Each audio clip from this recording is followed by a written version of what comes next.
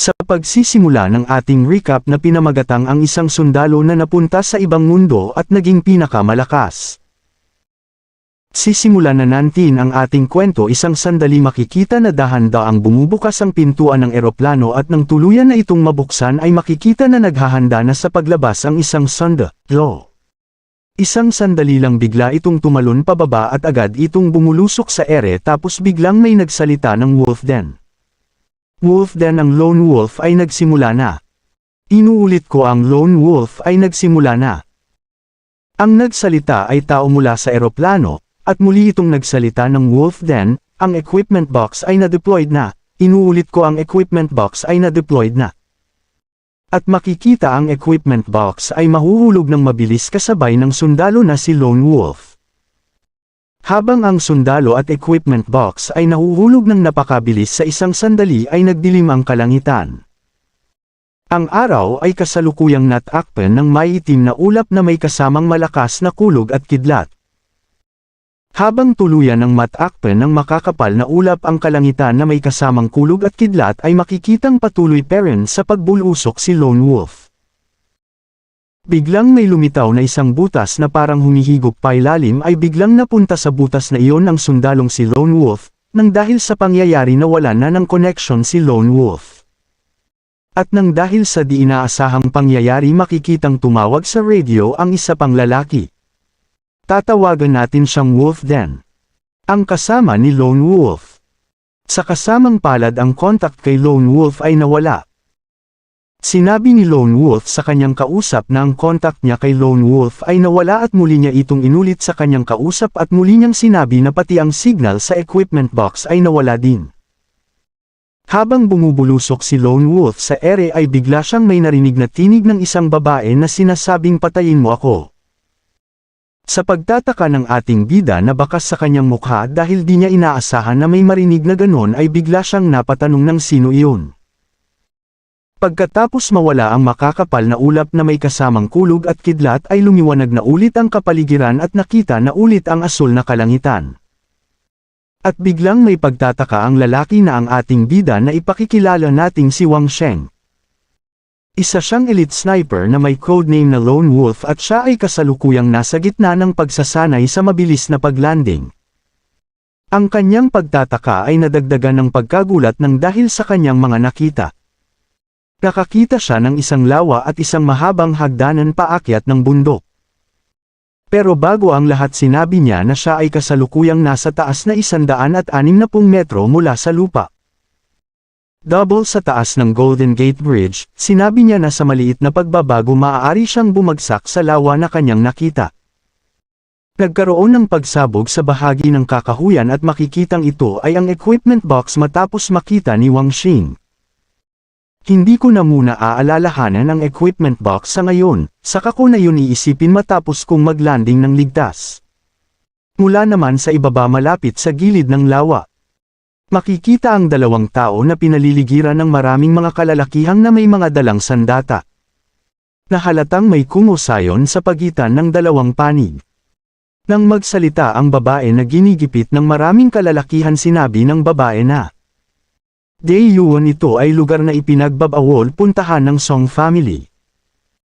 Tugon pa ng babae na ang mga espiritu dito ay cultivated ng aking mga ninuno. Bakit ka nagpunta dito at gusto pang kunin ang mga ito, tanong ng babae.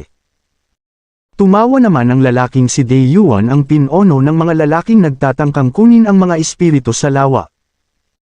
Tinawag ni Daeyuan na Song Yan ang babae, sinabi nito na gusto kitang kunin. Kaya ano naman ngayon kung sirain ang ipinagbabawal na lugar ng inyong pamilya?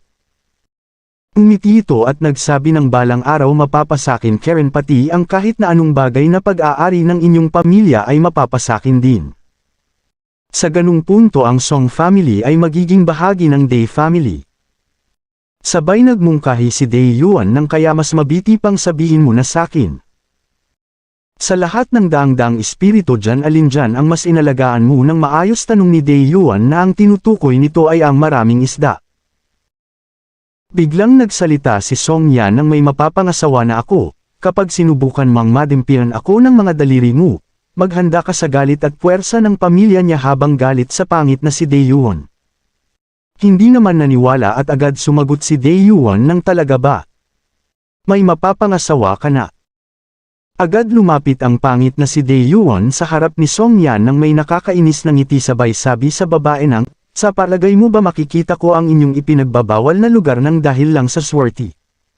Nagalit naman ng husto si Song Yan. Sabay tumawa ng malakas si Dae-yuan at inamin nito na ang pintong elders ng inyong pamilya, ang dalawa rito ay tapat sa akin, at sinabi na ano ang tungkol sa iyong pag-aasawa. Umiti si Dae-yuan ng napakapangit at sinabing akala mo ba hindi ko alam. Hindi naman nakapagsalita si Song Yan at napailing na lang ito. Tumawa naman ulit ng napakalakas si Dae-yuan at sinabi na baka naman ang iyong mapapangasawa ay mahuhulog mula sa langit.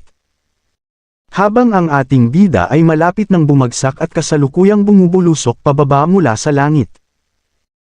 Sa sobrang lakas ng impact ng pagbagsak ng ating bida sa tubig ay umangat ang tubig ng mataas at tumilapon nito kina Dae-yuan at Song Yan. Bigla namang nagulat ang mga ito sa pangyayari na hindi nila inaasahan. Sabay napatanong na lang si Dae-yuan ng ano ang bagay na nahulog mula sa langit na bakas sa mukha ang pagtataka.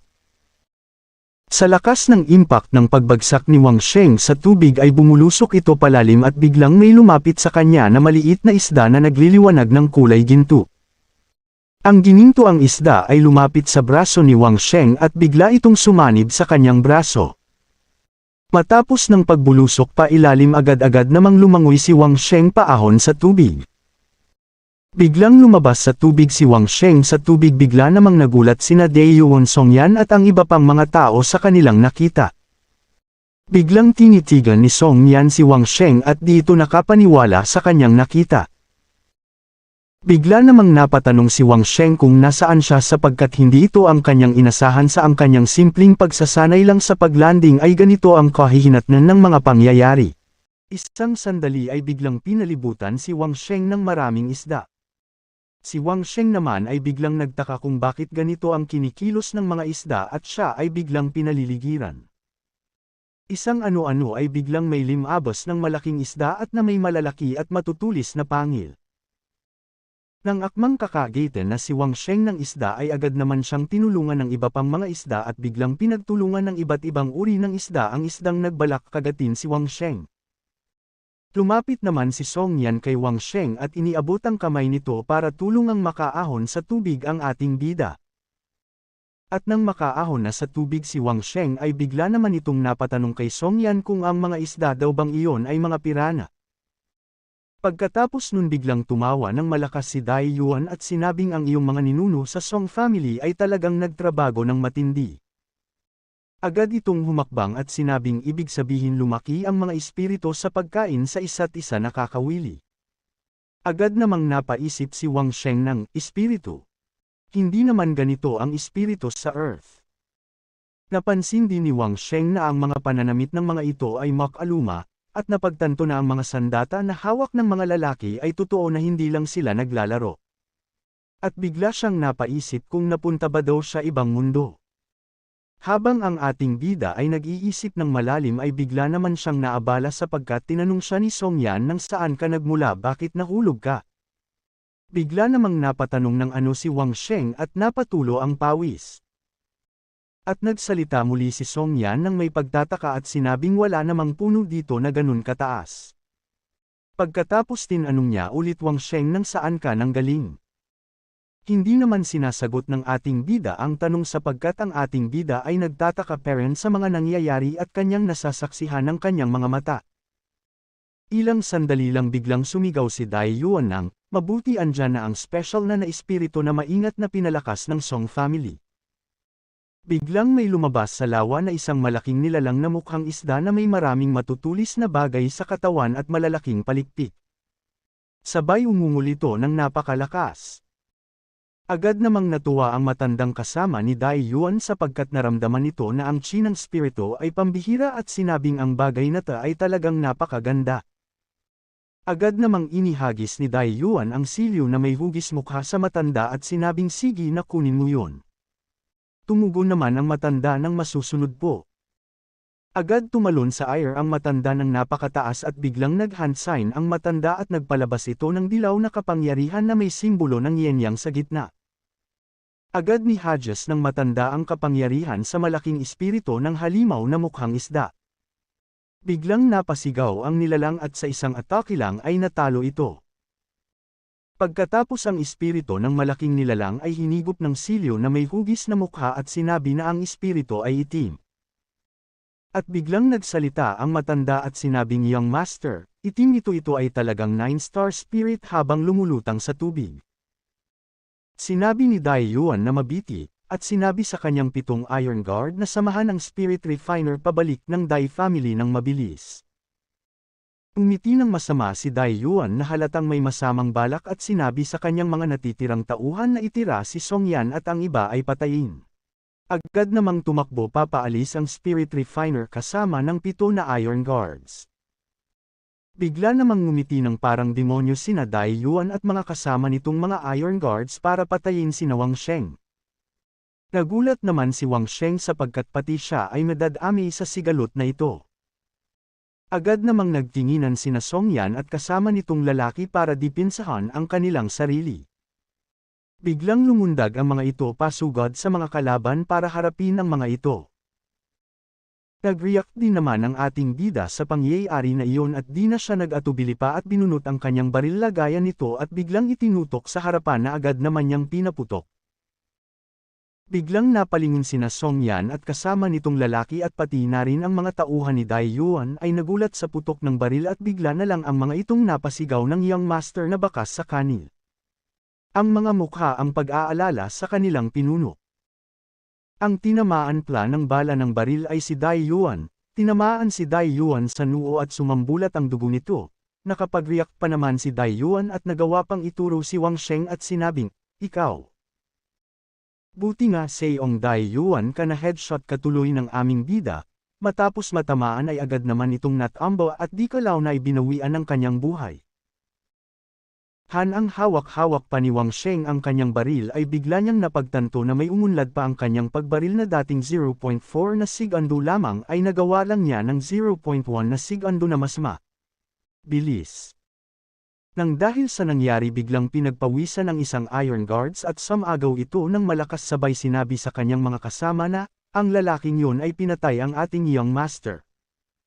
Pag hindi natin nakuha ang kanyang ulo ngayon alam nyo na ang mangyayari sa atin, maliwanag. Sabay sinabing patayin. Biglang sumugod ang mga irong kina Wang Sheng ay agad namang dumipinsa ang lalaki na kasama ni Song Yan. Inatake ito ng espada ngunit nailega naman siya ito. Matapos ay nag-counter-attack sa mga Iron Guards na pinagsusuntok at sipa ang mga ito gamit ang kanyang kakayahan sa pakikipaglaban. Hinawakan nito ang liig ng isang Iron Guard at biglang pinisil na naging sanhi ng pagkabasag ng buto nito sa liig na kalawnay na may din. Tumayo ang lalaki ng tuwid at tinitigan ang isa pang Iron Guard na halatang takot na may hawak na sandata. Habang si Song Yan ay nakikipaglaban sa mga lalaki at napaliligiran na ito. Gumawa naman siya ng kakaibang galaw itinuwid siya ang kanyang espada patagilid at sa isang slash lang na may kasamang pink na aura ay tumble lahat ang kanyang mga kalaban. Makikitang wala nang natitirang kalaban at biglang sumigaw si Song Yan at tinawag ang kanyang kasama na Uncle Yu. Agad tumakbo palapit sa Song Yan sa kanyang Tio Yu sabay sinabing ang spirit. Sinabi naman ng kanyang Tio Yu na ay re-report ko sa mga elder ang mga nangyari. Nagtaka naman si Wang Sheng sa narinig at biglang napatanong ng Tio. Tinawag naman ni Song Yan na Tio Lao Yu ang kanyang kausap at biglang nagmungkahi na siya na lang pero nang di pa niya natatapos ang kanyang sasabihin ay tinitigan ng seryoso ni Lao Yu si Song Yan ng siri. Uso at hindi na naman nakaimik pa si Song Yan at sumang-ayon na lang. Biglang tumalon at naglaho si Lao Yu, bigla namang nagulat ang ating bida at napatanong nang wala na siya. Tumingin sa kanya si Song Yan at napaisip ng ang lalaking ito ay nahulog mula sa langit at walang kahirap-hirap na pinatay si Dai Hun. Maaari siyang mahalaga pero sabay naisip muli na kailangan pa niyang magpakasal at barbarong iyon ay nasa kanya paring pangangalaga na namumulang nakatitig kay Wang Sheng. Biglang tumayo at nagpagpag ng kasuotan ang ating bida habang pinagmamasdan siya ni Song Yan na iniisip na barbaro siya sapagkat mayroon siyang bakal na lutsyon sa ulo. Maraming tato sa katawan, may misteryosong itim na kagamitan at may suot na paltak-paltak na pang-ibaba. Sabay sinuksok na ni Wang Sheng ang kanyang baril sa lalagyan nito. Agad lumapit si Wang Sheng sa taong nakahandusay para suriin kung buhay pa ito. Nagtataka naman si Song Yan habang nakatingin sa kanya, iniisip talaga na Song Yan na barbaro si Wang Sheng dahil sinusuri pa nito ang patay na katawan para kunin ang mga gamit. Isang sandali ay tumayo na si Wang Sheng hawak ang damit ng patay na tao. At agad lumapit ang ating bida kay Song Yan at nagtanong ng ano na ang nangyari ngayon.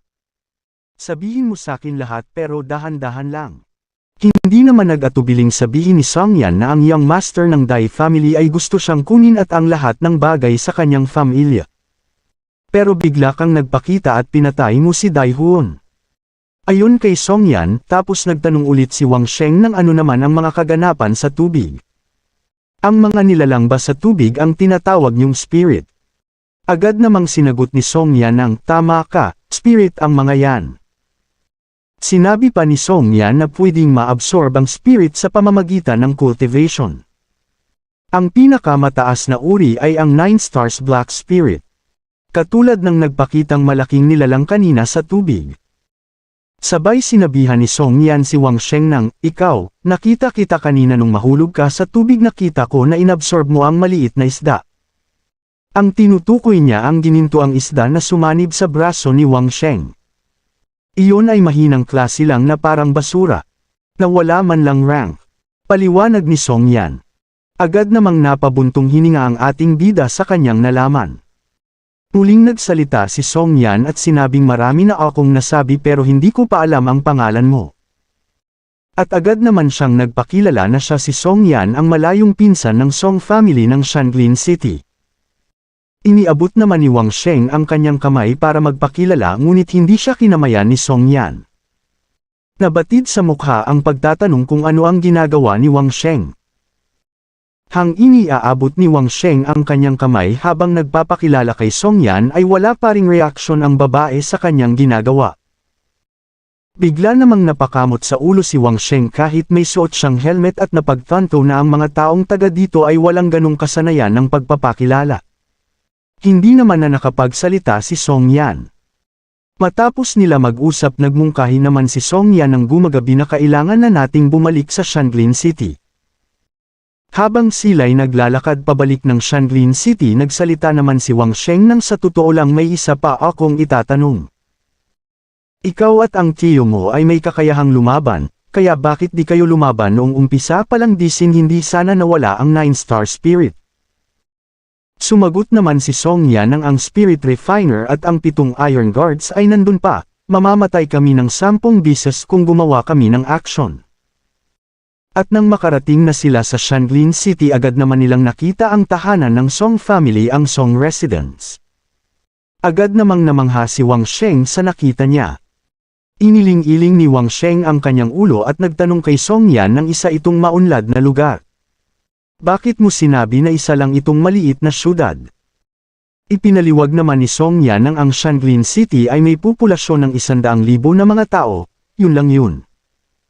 Nang makarating na sila sa pintuan ay sinabi ni Song Yan na pumasok na tayo. Bigla namang may nagsalita sa likod ng pinto at sinabing hinto. Nang bumukas ang pinto agad bumungad ang pagmumuka ng pangit na lalaking ito.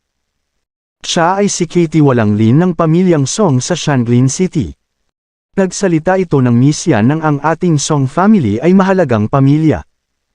Bakit ka nagdala rito ng barbarong walang pagkakakilanlan?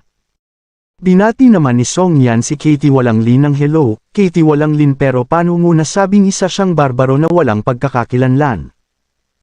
At nang ipakikilala na niya si Wang Sheng ay agad lumapit di Katie Walanglin kay Wang Sheng at sinuri ito. Habang sinusuri ni Lin si Wang Sheng ay sinabihan nito si Song Yan ng, Miss Yan hindi ko ito lugar para pagsabihan ka. Pero wag kang maging malapit sa isang taong walang pagkakakilanlan kung saan nagmula. Sisirain lang nito ang iyong reputasyon. Habang sinusuri pa ni Katie walang lin si Wang Sheng ay sinabi nito kay Song Yan ang nakasut ng kakaibang kasutan. Ang mukha ay puno ng pintura. Hindi mo ba ito masasabing barbaro? Tumingin naman ng masama si Wang Sheng kay Katie walang lin at nagsalita ng anong sinabi mo. Nainas ang ating bida dahil tinatawag siyang barbaro. Kumapit si Song Yan sa braso ni Wang Sheng at sinabing ang ating bida ang kanya edo mapapangasawa habang namumula pa ang mukha. At ang ating bida ay hindi na nakapagsalita pa. Tumingin naman ng may pagtataka si Katie walang lin at sinabing mapapangasawa. Tumawa ng malakas si Lin at sinabing Miss Yan, hindi mo kailangan magsinungaling sakin. Kahit pa magdala ka ng lalaking taong bundok. Ngayong ang Song family ay mayroon pang pamangkin. Isa itong malaking oportunidad gusto mong gamitin ang iyong mapapangasawang iyan para makaligtas. Hayaan mong ipakita ko sa iyo ngayon kung gaano kadaming mata si Lord Ma. Sa inis ng ating bida dahil di na siya nakapagtimpi pa sa kabastusang ipinapakita ng Katie walang si Lin. Agad nitong sinampal ng malakas ang mukha ni Lin sa lakas ng sampal ay natamba ito at tumama ang mukha sa pintuan. Tapos nagsalita si Wang Sheng ng ito ba ang Song family o ang Lin family. Ang taga-bantay ay tahol ng tahol sa kanyang amo. Pumarap ang nasample na si Lin kay Wang Sheng at nagmingkahi ng kabaktaran ikaw, anong klaseng birding sibuyas ka? Kahit ang maestro ay mabait sakin. Naghanda na ulit si Wang Sheng habang nag-ilaw ng puti ang mga mata nito. Sinampal niya ulit ang Katie wala. Sabog ang dugo sa bibig at natanggal pa ang ngipin nito. Nagalit naman ng husto si Lin at biglang sumigaw at sinabing papatayin kita. Naglagay ng pulang aura sa kanyang kamay at nang akmang susuntukan na si Wang Sheng. Agad namang nailagan ni Wang Sheng ang kanyang atake. Ginamit niya ang kanyang kasanayan bilang sundalo at nagawa niyang ma-headlock si Lin at di na ito nakakilos pa. Hinugot niya ang kanyang punyal at itinutok ito sa leeg ng Katie walang si Lin. Nagsalita ng kalmado si Wang Sheng ng sino ka para patayin ako. Habang nagpupumiglas ni Lin na halatang nahihirapan ng makahinga sa pagkaka-headlock ni Wang Sheng.